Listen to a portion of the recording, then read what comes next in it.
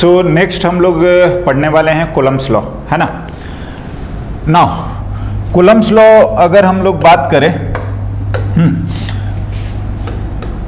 Coulomb's law, तो देखिए basically जो ये लॉ है वो रिलेटेड टू चार्ज ही है, हाँ, एंड बहुत ही इंपॉर्टेंट है। क्या होता है, हम आते हैं स्टेटमेंट पर। अगर आप इस तरीके से लिखें कि से अपने को एक चार्ज Q1 है, हाँ, एंड दूसरा चार्ज आपको Q2 दिया है, हाँ, एंड से इनके बीच का जो सेपरेशन है वो R दिया है। नाउ तो अकॉर्डिंग टू कूलम्ब्स लॉ क्या होता है, अगर हम लोग लिखें पहला स्टेटमेंट या ऐसा जो भी लिखना चाहें, हम लोग लिखते हैं first statement, the force of interaction, हाँ, force of interaction between two point charges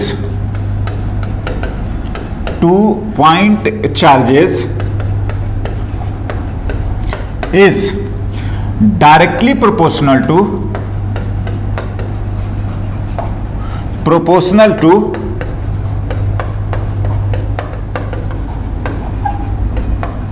product of their charges, है ना, प्रोडक्ट ऑफ चार्जेस। हाँ जी, पहला ये बोल रहे हैं कि ये फोर्स जो है वो ऐसा हम लोग लिखते हैं Q1 and Q2। Yes, force is force of interaction between, देखिए ध्यान देने वाला बात है, ये दो पॉइंट चार्ज के बीच में बात कर रहा है ना।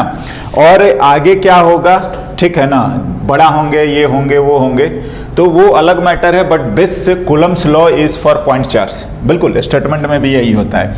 तो हम लोगों ने ये एक लिखा, हाँ। नाउ सेकंड जो स्टेटमेंट इसका आता है वो ये है, क्या, एंड हाँ, inversely proportional to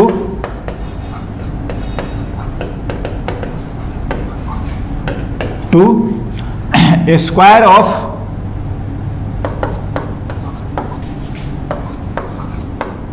distance between them,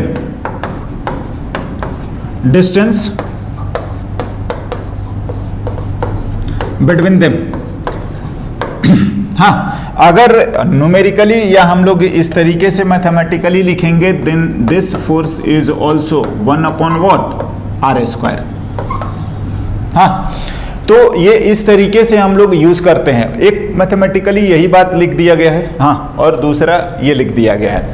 now अगर हम लोग इन दोनों को एक साथ लिखें, Q1 Q2 एंड 1/R², तो आप अगर इसको कंबाइन करेंगे तो हम लोग ऐसे लिख लेते हैं, F = K Q1 Q2/R²। हाँ जी। नाउ अगर ऐसे हम लोग बात करें तो वेयर K तो आपका बिल्कुल कांस्टेंट ही है, वेयर K जो है वो आपका कांस्टेंट ही है, 4πε0 होता है, हाँ। और अगर आप अभी इसकी बात करेंगे तो ये इतना आ जाएगा K की वैल्यू। चलिए मैं लिख देता हूं, K की वैल्यू क्या आएगा, यूनिट अगर लिखें तो न्यूटन मीटर स्क्वायर एंड पर कूलम्ब स्क्वायर। आई होप कि हम लोग यहाँ से देख के लिख सकते हैं, है ना। ये K का लिखना है तो K का लिखना है तो हम लोग R से इधर, हाँ, चार्जेस को डिवाइड, तो यूनिट कोई ज़्यादा हमारे लिए समस्या नहीं खड़ा करेगा, है ना। एनीवे K की ये वैल्यू होती है, हाँ। नाउ अब इसका भी थोड़ा डिटेल में हम लोग बात करने वाले हैं कि ये क्या है, या ε0 क्या है, या ये सब जो चीज़ें हैं वो क्या है।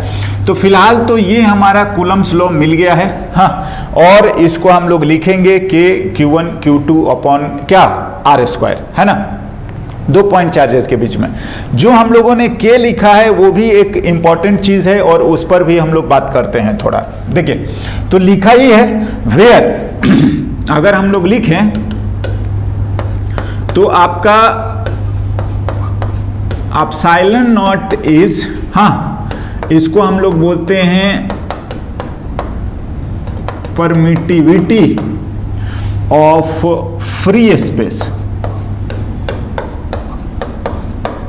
हाँ, फ्री स्पेस मतलब ऐसा भी बोलते हैं वैक्यूम के कॉरस्पॉन्डिंग, है ना। तो वैक्यूम के लिए फ्री स्पेस वही बोलते हैं, कुछ भी ना हो। तो ये एप्सिलॉन नॉट होता है और हम इसको बोल रहे हैं परमिटिविटी, है ना। नाउ अगर आप थोड़ा और लिखने की कोशिश करेंगे तो हम लोग ये भी लिख सकते हैं क्या कि फॉर अ मीडियम, तो फॉर अ मीडियम अगर हम लोग एफ लिखेंगे तो वो आ जाता है 1/4 pi epsilon naught epsilon R, हाँ, Q1 Q2 by are square. हाँ देखिए, अगर आप ध्यान दोगे तो पहले ये के था, मतलब 1/4 पाई एप्सिलॉन नॉट, हाँ, अब ये एप्सिलॉन आर आ रहा है। तो ये जो है एक मीडियम के लिए हमारे पास ई आर आ गया, एंड ई आर जो है इसको हम लोग बोलते हैं रिलेटिव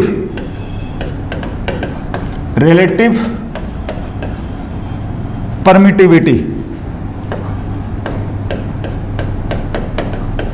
हाँ, रिलेटिव परमिटिविटी, तो ऐसे लिख लेते हैं किसी मीडियम के लिए। हाँ, दूसरा अगर आप लिखेंगे तो ई आर को ये भी लिखा जाता है ई अपॉन ई नॉट। हाँ, हालांकि हम लोग एप्सिलॉन नॉट लिखते हैं इसको, राइट, हम ऐसा बोलते हैं एप्सिलॉन नॉट, एप्सिलॉन आर और ये। वेयर अगर बात करेंगे तो ई जो है इज एब्सोल्यूट परमिटिविटी। हाँ ठीक है, तो ये एब्सोल्यूट परमिटिविटी हम लोग ऐसे लिख सकते हैं। एनीवे अगर हम बात करें ना तो क्या हो रहा है कि जो ई है या ई नॉट है या ई आर जो है ये मीडियम का प्रॉपर्टी है, मीडियम का प्रॉपर्टी है किसके कॉरस्पॉन्डिंग, चार्ज का। हाँ देखिए, अगर हम लोग बात करें ना तो थोड़ा सा आप इसको समझने के लिए बोल सकते हैं, जैसे कि अगर हम लोग हवा में चलते हैं, हाँ, तो एक हवा का या जो भी है एनवायरनमेंट का रेजिस्टेंस होता है जो कि हमें बिल्कुल भी समझ में नहीं आता। नॉर्मली हम लोग वॉक करते हैं तो हमें बिल्कुल नहीं समझ में आता है कि भाई हवा हमारे को रोक रहा है या कुछ उसका भी असर है, अनटिल अनलेस कि हमारी ये स्पीड ना बढ़े। हाँ, नाउ दूसरा बात ये होता है कि अगर आप पेपर पीस नॉर्मली अगर आप गिरा दे या ये, तो आप देखेंगे कि जितना आसानी से या जिस फ्लो में आप चलते हैं या कोई हेवी ऑब्जेक्ट को आप गिरा दीजिएगा और वो क्या बोलेंगे जो उसका मोशन होता है और पेपर पीस का, तो होगा क्या कि पेपर पीस पर जो ये इन्वायरमेंट है या जो एटमॉस्फेयर है उस पर असर साफ साफ दिखने लगता है। मतलब पेपर पीस डायरेक्टली नहीं जाएगा, हवा की वजह से इधर उधर होता है रैंडमली। तो ये जो असर है मीडियम का, आप बोल सकते हैं कि पेपर पीस पर मीडियम का ये असर आ रहा है, एटमॉस्फेयर का असर है, जो भी उसका कैलकुलेशन एंड ऑल अलग बात है, बट आप वो रियलाइज करते हैं। सिमिलरली हम समझाना चाह रहे हैं कि जो ये एप्सिलॉन नॉट है ये चार्ज के लिए मीडियम का कुछ प्रॉपर्टी है, हाँ, जो उस बात पर डिपेंड करता है जिसका नाम हम लोगों ने रख रखा है परमिटिविटी, राइट।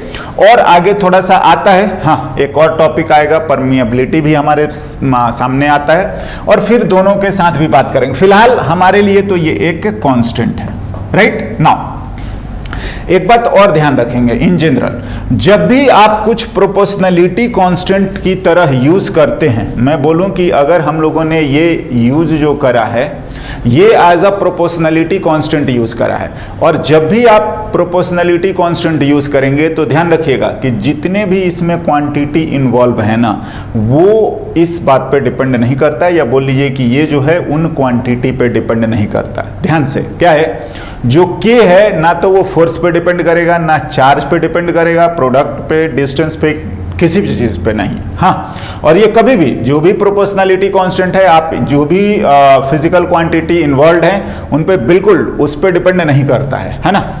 नाउ और हम इसके कुछ प्रॉपर्टी पे आते हैं। तो जो कुछ इंपॉर्टेंट बात हम लोग लिखना चाहेंगे वो यही कि first of all E not is, हाँ,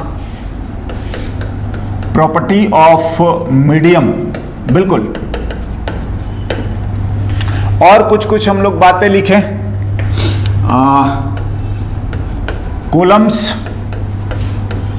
law is for point charges, ध्यान से, बड़े चार्जेस के लिए नहीं, और एज अ स्टेटमेंट ये यूज कर चुके हैं, है ना।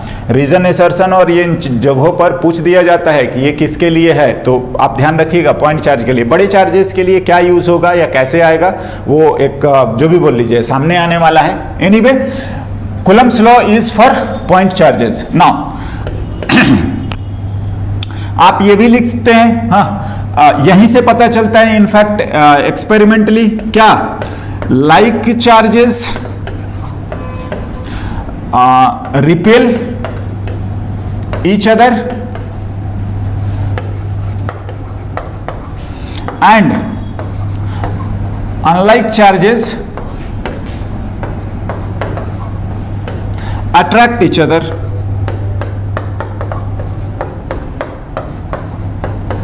Attract each other. तो ऐसा हम लोग, ये बहुत बेसिक सी बातें हैं, फिर भी ये सब जो चीजें हैं वो आपके कूलम्ब्स लॉ से रिलेटेड हैं, है ना। और भी मैं कुछ इंपॉर्टेंट हाइलाइट्स लिख देता हूं, हाँ, घुमा फिरा के आते ही रहते हैं। अगर रिपीट भी हो रहा है कोई दिक्कत नहीं है, 2 बार पढ़े उससे कोई नुकसान वाला बात नहीं है। और क्या बोल सकते हैं, हाँ जी, देखिए, जो फोर्स ऑफ इंटरेक्शन है, force of interaction is always along line joining of charges. Line joining of charges. हाँ, अगर ठीक है ना, अगर आप इसको देखने की कोशिश करेंगे कि जो चीजें हो रही है, तो बात यही बोला जा रहा है कि जो फोर्स होगा ये इस पर लगाएंगे, वो इधर या इधर भी हो सकता है, समझ रहे हैं ना, हाँ, इधर भी हो सकता है, लेकिन ये आपका इसके लाइन ज्वाइनिंग के अलोंग ही, इस पर भी लिखिएगा तो इधर या इधर हो सकता है, और हाँ, कितना होगा क्या होगा वो तो आएगा ही, बट ऐसा हम लोग लिखेंगे कि उसके लाइन ज्वाइनिंग के अलोंग ही फोर्स का डायरेक्शन होगा। और अगर लिखें कुछ बात, हाँ,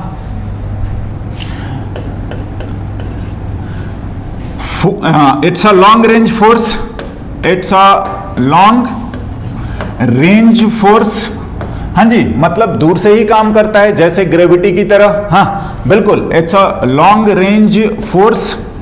हम लोग इसको फील्ड फोर्स भी बोलते हैं, हाँ बिल्कुल, इसका फील्ड भी हमें पढ़ना भी है। एनीवे, ये हम लिख सकते हैं। नाउ और कुछ अगर हम इसके लिए बात लिखें तो बात करेंगे, it's a central in nature, it's central in nature. देखिए, कोई भी जो फोर्सेस हैं जो कि आपके लाइन ज्वाइनिंग के अलोंग हैं, वो सभी सेंट्रल इन नेचर होते हैं, ठीक है ना। अगर आप बात करोगे, एक को आप रोक दीजिए तो वो हमेशा सेंटर की तरह काम करेगा, कोई भी किसी को भी रोक के और आप देखेंगे तो वो उसके सेंटर से ना। इसका एडवांटेज क्या होता है, हाँ, सेंट्रल फोर्स मतलब वो वहीं से पास करेगा, किसी भी चार्ज से बोला ही पास करेगा, तो क्या करोगे कि आप उस पॉइंट के अबाउट टॉर्क जीरो हो जाएगा, हाँ, तो फिर हम एंगुलर मोमेंटम, कुछ कंसेप्ट्स आते हैं, ध्यान से ये आपको ध्यान रखना है, हाँ, बातें भले छोटी हैं बड़ी हैं, बट जब यूज आएगा तो ही पता चलेगा। एनीवे, हम यूज कर सकते हैं। नेक्स्ट, और अगर हम कुछ इससे रिलेटेड प्रॉपर्टी लिखें, हाँ लिखते हैं, इलेक्ट्रोस्टैटिक, है ना, बिल्कुल इसी की बात कर रहे हैं हम लोग अभी। Electrostatic interaction is very strong, हाँ, स्ट्रॉन्गर देन ग्रेविटेशनल, बिल्कुल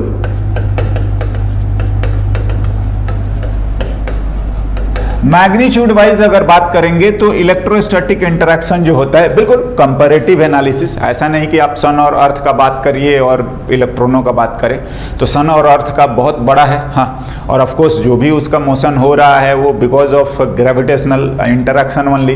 तो एनीवे आप कंपेयर करें, हाँ मैग्नीट्यूड भी सेम रहे या कंपेरेबल रहे तभी। तो अगर बात करोगे तो ये बहुत ज्यादा होता है, एफ इलेक्ट्रोस्टैटिक जो है वो बहुत ही ज्यादा आपका आएगा ग्रेविटेशन का। हाँ, अगर आप इलेक्ट्रॉनों के बीच का इंटरेक्शन अगर आप कंपेयर करेंगे ना, तो ये एफ इलेक्ट्रोस्टैटिक और एफ ग्रेविटी का ratio around 10 to the power 40 आ जाता है। किसके लिए मैं बात कर रहा हूं? For electrons.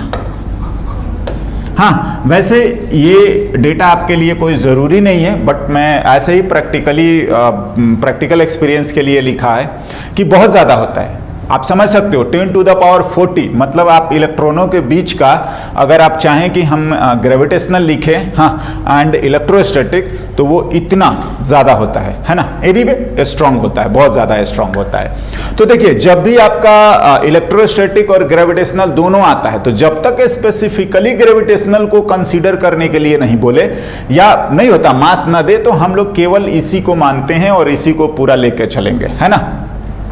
नेक्स्ट, अगर हम लोग आए इसका एक न्यूमेरिकल वैल्यू पर, या एक दो चीजें और आप देख लीजिए। क्या? जो हम लोगों ने ER लिखा था, हाँ, ये हम लोग लिखते हैं रिलेटिव परमिटिविटी, रिलेटिव परमिटिविटी। हाँ जी, और it's a property of what? Medium, property of medium. ये आपका जो भी टर्म फोर्स, चार्ज, डिस्टेंस, इन सब चीजों पर डिपेंड नहीं करता है ना। इससे रिलेटेड चलिए एक बहुत ही सिंपल सा एग्जांपल लिखते हैं और फिर हम लोग आगे और बढ़ेंगे। लिखता हूं, 2 पॉइंट चार्जेस, हाँ, each of magnitude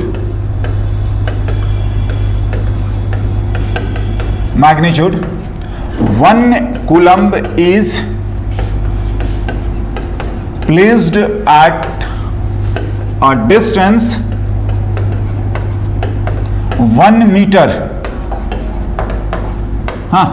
Then find the force of interaction. देखिए, है ना, अगर आप लोग बात करोगे तो ये कोई सवाल नहीं है, या बोल लीजिए कि ये बहुत ही सिंपल सवाल है ना। और मेरा पर्पस ये नहीं है कि आप आंसर निकाल दीजिएगा तो कुछ ज़्यादा बात है। हाँ, मैं कुछ ऐसा जो भी बोल लीजिए ध्यान देने वाली चीज़ को याद कराना चाह रहा हूँ। चलिए, एनीवे अगर हम लोग लिखें कि ये Q1 है और ये 1 कूलम है और ये आपका Q2 है और ये भी 1 कूलम है, एंड इनके बीच का सेपरेशन 1 मीटर है। हाँ, तो पहला कुछ जो चीज़ें हैं आप ध्यान रखेंगे कि जो हम फोर्स लिख रहे हैं वो Q1 Q2 बाई R²। हाँ, और ऐसा तो कुछ बताया नहीं है कि वैक्यूम में रखा है या क्या है। तो देखिए, कुछ ना बोला जाए तो हम लोग फ्री स्पेस ही मानेंगे, है ना, और उसी को कैलकुलेट भी कर दिया करेंगे।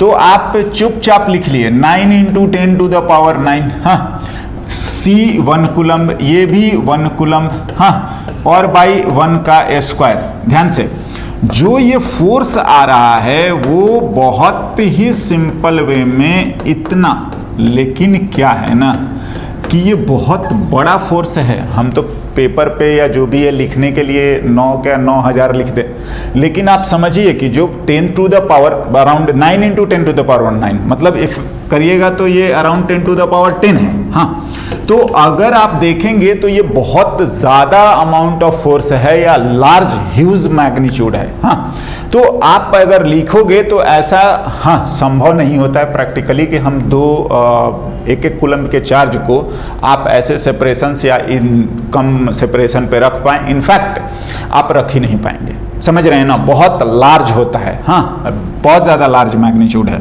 सो इसका जो प्रैक्टिकल यूज़ है हमारे लिए वो ये है कि ध्यान से, कभी भी अगर आपको चार्जेस का देता है ना, तो यूनिट अगर आप बात करोगे तो एसआई तो यही होता है, हाँ ये तो आपका कूलम भी होता है, बिल्कुल, और 1 कूलम, हाँ लेकिन अगर हम प्रैक्टिकली जाएंगे तो हमें मिली कूलम चाहिए, that is 10 to the power -3 coulomb. Micro coulomb, हाँ that is 10 to the power -6 coulomb. तो ध्यान से, सबसे ज्यादा तो अगर बोलोगे तो प्रैक्टिकली यही सब मिलेगा, मिली कूलम, माइक्रो कूलम भी, हाँ। तो आप जब क्या बोलिएगा, कैलकुलेशन हो कभी आए तो ध्यान से, हमें कूलम में नहीं आना चाहिए, हाँ, और अगर आ रहा है तो ऐसा कुछ दिक्कत नहीं है, लिखा जा सकता है बिल्कुल, बट कूलम जो है चार्ज की, मैं बताना चाह रहा हूं कि ये एक बहुत बड़ी यूनिट है, समझ रहे हैं ना। तो इसी तरीके से, ठीक है, और कोई इसमें ज्यादा बड़ी बात नहीं है ना। इसके अलावा हम लोग लास्टली इससे रिलेटेड एक बात और लिखेंगे, हाँ, और सिंस ऐसा नहीं कि ये कूलम्स लॉ की प्रॉपर्टी है, ये इन जनरल फोर्स की है। क्या हम लोग लिखते हैं कूलम्स लॉ, हाँ कूलम्स लॉ फॉलो